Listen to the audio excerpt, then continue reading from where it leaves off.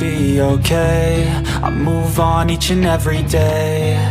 The past is where it's good evening everyone, welcome back to the channel. আজকে এখন আমরা বেরোচ্ছি, এখন মোটামুটি বিকেল 5:15 মতন বাজে। তো আমরা সবাই মোটামুটি রেডি হয়ে গেছি, বাবা মা সবাই রেডি হয়ে গেছে। রেডি হয়ে যাওয়ার পরে এখন আমরা সবাই মিলে একসাথে বেরোচ্ছি। আর এখন যাব আমরা ঘুরতে মেরিনা বিচ এরিয়াটা। মেরিনা বিচ এরিয়াটা চেন্নাইয়ের কিন্তু one of the famous tourist স্পটের মধ্যে একটা। তো আমরা এখন যাব মেরিনা বিচে। আর মেরিনা বিচের নিয়ারেস্ট যে এরিয়াগুলো আছে টুকটাক সেগুলো আমরা এক্সপ্লোর করব। তো আমরা কোথায় যাচ্ছি, কী না করছি, কী না করছি সবটাই তোমাদের সাথে শেয়ার করবো। তো উইদাউট এনি ফার্দার ডু চলো আজকের ব্লগটাকে আবার বিকেল থেকে শুরু করা যাক।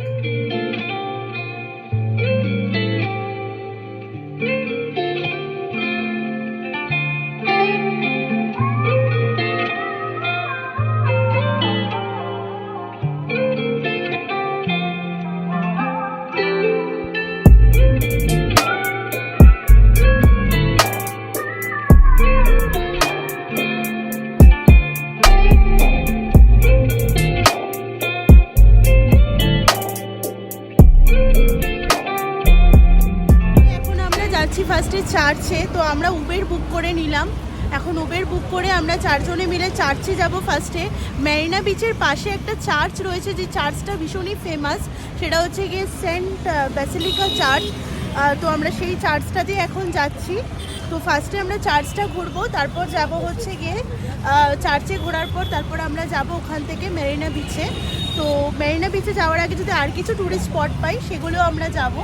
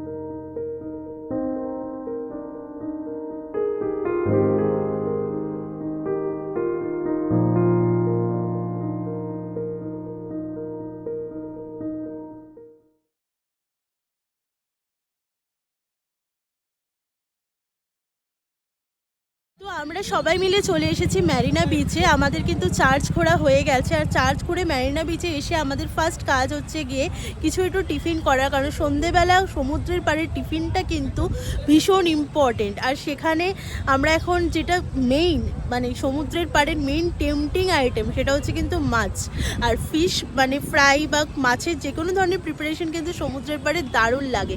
তো আমরা এখন ফার্স্টে একটু মাছের প্রিপারেশন খাবো। আর যাদের থেকে অর্ডার করছিলাম তারাও কিন্তু বাঙালি, তো এটা একটা বেশ ভালো লাগলো। দূরে গিয়ে যখন দেখা যায় যে নিজের জায়গার লোক রয়েছে তখন কিন্তু আরও বেশি ভালো লাগে। তো যাই হোক, আমরা 2 প্লেট অর্ডার করেছি, আরও টুকটাক কিছু খাবো। আর আমাদের একটা অটো আমরা ঠিক করে নিয়েছি, যেটা কিনা আমাদেরকে এই টোটাল এই লোকাল এরিয়াগুলো ঘুরিয়ে দেখাচ্ছে। তো মেরিনা বিচ ঘোরার পর আমরা হয়তো আর কিছুক্ষণ অন্য কোথাও টুকটাক ঘুরে তারপরে হোটেলে ব্যাক করব।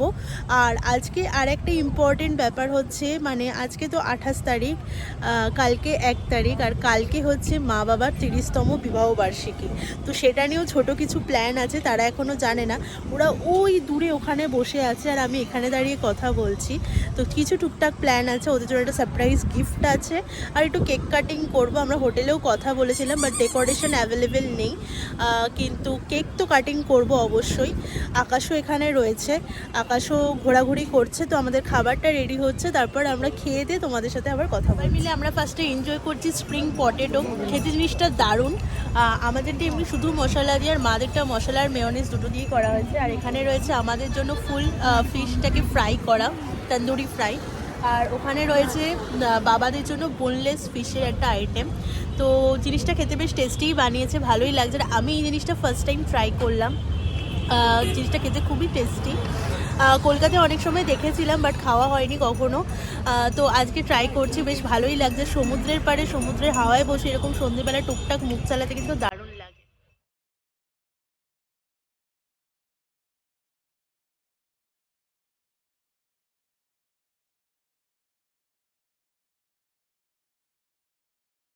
এখন যাচ্ছি বিচে, আর মেরিনা বিচের এখানে একটা বেশ ভালো বন্দোবস্ত হচ্ছে। সেটা হচ্ছে উডেন একটা রোড করা আছে আপ টু সি বিচ থেকে, মানে একদম সমুদ্রের পাড়ে অব্দি, সেই ব্যাংক অব্দি যাওয়ার জন্য একটা সুন্দর লম্বা করে রাস্তা করা আছে, যাতে মানুষের অসুবিধাটা কম হয়। কারণ বালি ক্রস করে অতটা যেতে বেশ অনেকটা সময় সাপেক্ষ। তো তার জন্য এরকম একটা বন্দোবস্ত করাই আছে। আর আমরা বাবার জন্য হুইল চেয়ার নিয়ে নিয়েছি। এই হুইল চেয়ারগুলো ফ্রি থাকে, কিন্তু তোমার কোনো একটা ডকুমেন্টস ওরা কিন্তু তোমার থেকে নিয়ে তাদের কাছে জমা রাখবে। তো সেটা রেখেই তোমাকে নিয়ে আসতে হবে। তো এতে কি হয়, যারা সিনিয়র সিটিজেন আছে বা যাদের একটু সমস্যা রয়েছে বেশি হাঁটা চলা, তাদের ক্ষেত্রে কিন্তু এটা অনেক বড় সুবিধা। তো সিস্টেমটা বেশ ভালো। তো আমরা এখন যাচ্ছি মেরিনা বিচের সামনে, আর দারুণ একটা ওয়েদার, আর সমুদ্রের পাড়ে সন্ধেবেলা বেশ একটা আলাদাই ফিলিং লাগছে। তো চলো এখন যাওয়া যাক।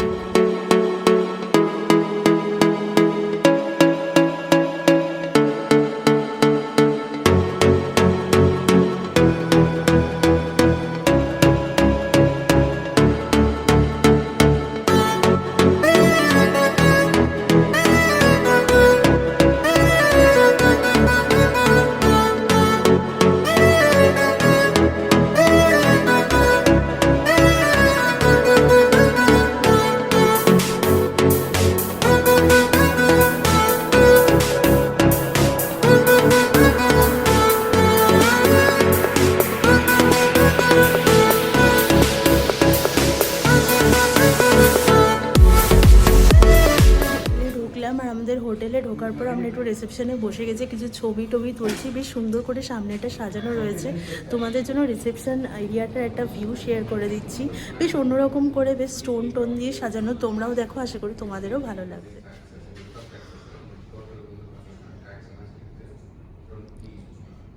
ঘড়িতে বাজে মোটামুটি 11:30 মতন, আর আমরা দুজন এখন ঘরে রয়েছি। আর মা বাবার জন্য এইবার এখানে যেটা আমরা মেনলি চেয়েছিলাম করতে, যে একটু ডেকোরেশন ঘরের, কিন্তু এখানকার যেহেতু রুলস রয়েছে যে ঘরে কোনো ডেকোরেশন ওরা করতে দেয় না। তো ওরা বলেছিল আপনারা যদি কেক কাটতে চান তো আমরা সেটা আপনাদেরকে হেল্প করতে পারি। তো আমরা ওদেরকে বলেছিলাম যে আমাদের জন্য কেক অ্যারেঞ্জ করতে। তো ওরা কেকটাকে অ্যারেঞ্জ করে রেখেছিল, আর আকাশই টোটাল জিনিসটাকে দায়িত্ব নিয়ে করেছে। এবার যেহেতু মা বাবা একদম পাশেই রয়েছে, আমরা ওই ঘরে যাতায়াত করছি। মা একটু আগে অবধি এই ঘরে ছিল, আমরাও ছিলাম ওই ঘরে। তারপরে মা এলো, বাবা এলো। তো মা আর বাবাকে বললাম যে আমাদের খুব ঘুম পেয়েছে, এবার শুয়ে পড়বো। এইরকম বলে মা বাবাকে ঘর থেকে নিজেদের ঘরে পাঠিয়ে দিয়েছি। ওখানে গিয়ে ওরা শুয়ে পড়েছে। তো এখন গিয়ে আকাশ জাস্ট কেকটা নিয়ে এলো। এখানে কেক টেক সমস্ত কিছু রেডি রয়েছে। এবার একটু পরে আমরা দুজনে মিলে যাব মা বাবার ঘরে কেকটা নিয়ে, কারণ এখানে বাইরে এর থেকে বেশি কিছু অ্যারেঞ্জ করতে পারিনি। তো আমাদের একটাই প্ল্যান ছিল যে মা বাবা এলে তো মা বাবার অ্যানিভার্সারি উপলক্ষে আমরা একটু ঘুরতে নিয়ে যাব, কারণ প্রতি বছর অ্যানিভার্সারি বাড়িতেই কাটায়। তো জাস্ট একটু কেক কাটা ছোটো একটা অ্যারেঞ্জমেন্ট রেখেছে, সেটা কিন্তু ওরা একদমই জানে না। আর মা বাবার জন্য একটা ছোট্ট গিফটও রয়েছে, সেটাও তোমরা দেখতে পাবে, সেটাও জানে না। কারণ মা যেই শুনবে বা বাবা যেই শুনবে গিফট টিফট কিছু কিনেছি, খুব মানে এটা, আর এই কেন করলি, ওই কেন করলি, এই সময়টা চলে যায়, কেন করলি, এই সেই হেন তেন, যেটা হয় প্রত্যেকটা মা বাবার। এটা হয়তো আমরা প্রত্যেকটা ছেলে মেয়ে রিলেট করতে পারবো। তো সেটাও আছে, সেটাও কিন্তু সারপ্রাইজ, সেটাও তারা জানে না। তো একটু পরে আমরা যাব, আর জাস্ট 5-10 মিনিটের মধ্যে আমরা ওই ঘরে যাব। তো এখন আমিও ড্রেসটা চেঞ্জ করে নিয়েছি, এতক্ষণ ধরে বাইরের ড্রেস পরে তো আর থাকা সম্ভব না, তাই আমি ড্রেসটা চেঞ্জ করে নিয়েছি। তো কেক টেক কাটতে যাব যখন তোমাদেরকে শেয়ার করছি।